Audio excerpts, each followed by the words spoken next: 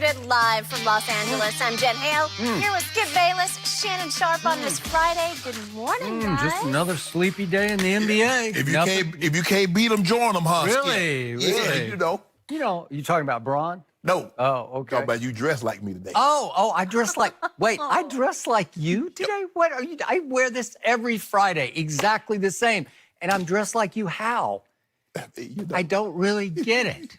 Well, you will get it. You're about to get it. Here's what I get. What you get? I am really starting to feel sorry for your man, Braun, because he's got it rough, man. He came to the West. The West is the best, and the West just got better. That's what Vegas said. We're going to talk about that later. What did Vegas say?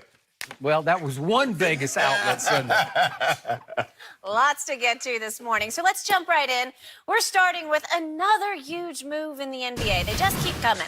Russell Westbrook on his way to Houston. Multiple reports say he's going to the Rockets in a blockbuster deal for Chris Paul and 2 first-round picks. The move means Russ will be reunited with his former Thunder teammate, James Harden. ESPN reports Harden was the driving force behind getting Westbrook to Houston. So that may speak to their relationship and how it'll play out. Shannon, is this trade good or bad for the Rockets? I don't like it, Skip, for the Rockets, because when I look at this, these two guys do not make sense playing together. Over the last 5 years, 1 and 2 in usage. Russ is 1, James Harden is 2. And remember, Skip, this is one of the things that drove he and Chris Paul apart. And Chris Paul is not nearly, he's ball dominant, but not nearly anything like Russ. And it just doesn't make sense to me. And we all talked about over the last month, Skip, the bad contract that Chris Paul had, 3 years, $120+ million. Well, you take on Russ, who has an even worse contract, 4 years at 171.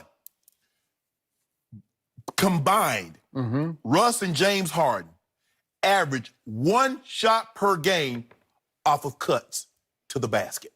1. So in other words, when the guy does not have the ball in his hands, they're not doing anything. It's as simple as that. Russ is a horrible three-point shooter. What do the Rockets do more than anybody in the NBA, Skip? Jack up threes. So you get a guy that's terrible at jacking up threes. That's what he wants to do anyway. And you pair him with James Harden. Skip, I get it. They played together from, 2009 to 2012. But their lives changed. They're not the same guy anymore. They don't view themselves as those guys back then. James Harden is an MVP. He finished runner-up, I think, four times in the last 5 years. Russell is an MVP. 3 straight triple-doubles. Yep. And you put this together, Skip, I had them before they made this trade. I say they're probably 4th or 5th.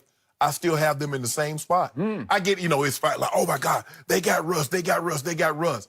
I just don't see how this worked. We question, Skip, how is Chris Paul and James Harden's going to do?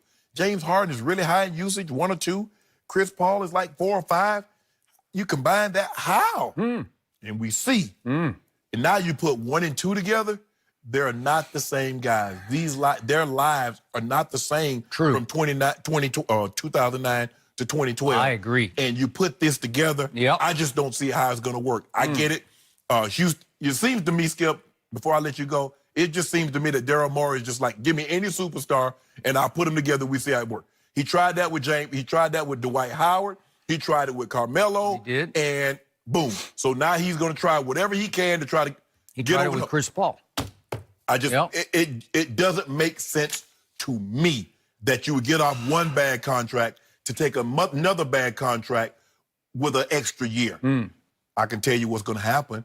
I give it a year, maybe 2 at the max, and they're going to be shipping Russ out of there, trying to get some of those draft picks back that they gave OKC.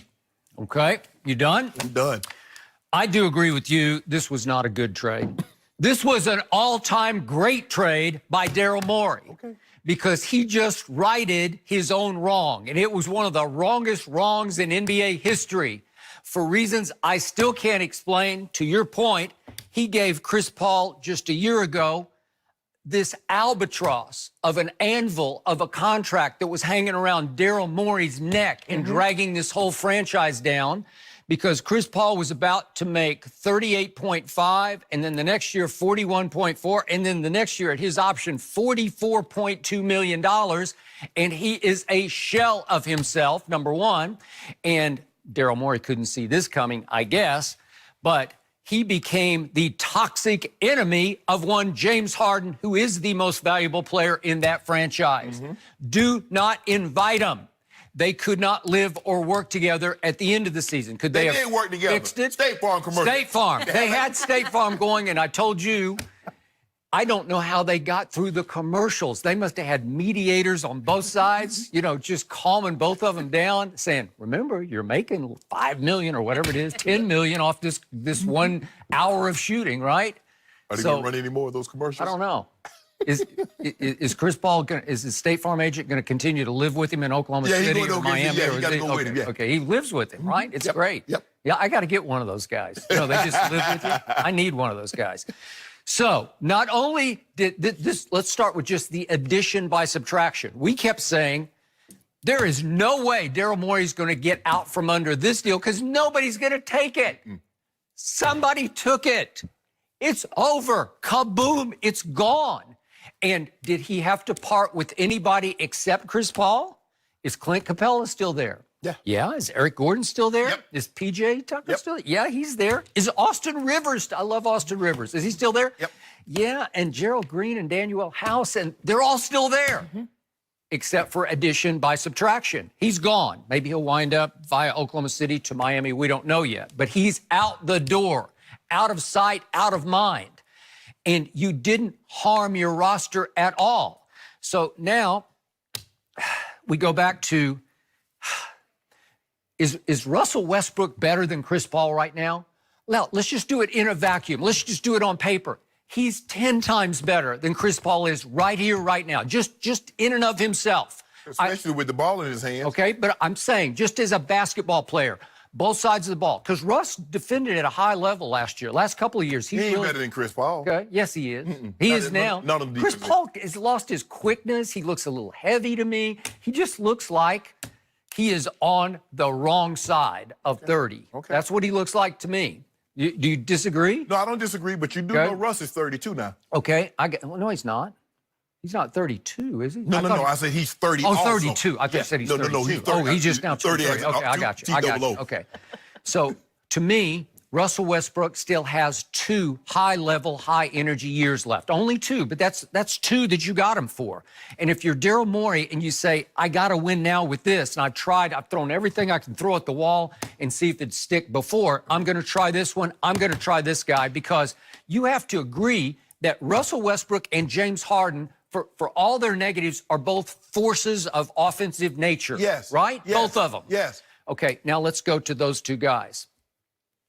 By all accounts, by many reports, they wanted to reunite. They sought each other immediately after Oklahoma City was out of the playoffs, according to several outlets, including Brian Windhorst and I think the Chronicle have reported. Russell was already on the phone talking to James. Is there any way we could figure out how to pair up? So they both had equal interest in reuniting. James wanted Russ, Russ wanted James. Why would they want each other? Because they know each other. And they did have the advantage, the immense benefit. It's not like they were just buddies who have never been teammates. They were teammates, to your point, for 3 years. They hung out. They practiced with and against each other. They were in the locker room. They were in the huddle. They were on the road. They were everywhere together. They know inside out who they were. I get you. You say their lives have changed. Their statuses have changed. But along the trail, each has won an MVP, right? And Russell has done his triple-doubles for 3 straight years. He's averaged. So he's done all that. But they wanted to get together because they do know that for 1 year, especially that last year together, when James Harden was the 6th man of the year, he averaged 17 points a game for that team. So he played a lot of basketball on the same floor with Russell Westbrook, who at that point averaged 24. So 24 to 17. So it worked a little bit. Can you give it just a little bit? Yes. Right? Yes. Because they were paired up a lot. Okay? I know those teams because that team knocked my team out. But Skip, by the way, my team went up 2-0, and then those 2 just took it over. The next 4. Yes. But Skip, you're talking about Russ wasn't the Russ that we know now Okay. with the high usage, and neither was James Harden. He was a bench player. He came off the bench. Okay, just remember though, there's a connection. There's a soul connection because they're both, here we go again, Southern California. They're LA products, right? Yes. And they're just a year apart. It's a little more than a year, but the point is they knew each other growing up. Right. And then obviously one goes to Arizona State, and one the other goes stays to at UCLA. But still, there's a soul connection of Southern California, just like that guy number 2 and Paul George. So, right? so being from Southern California.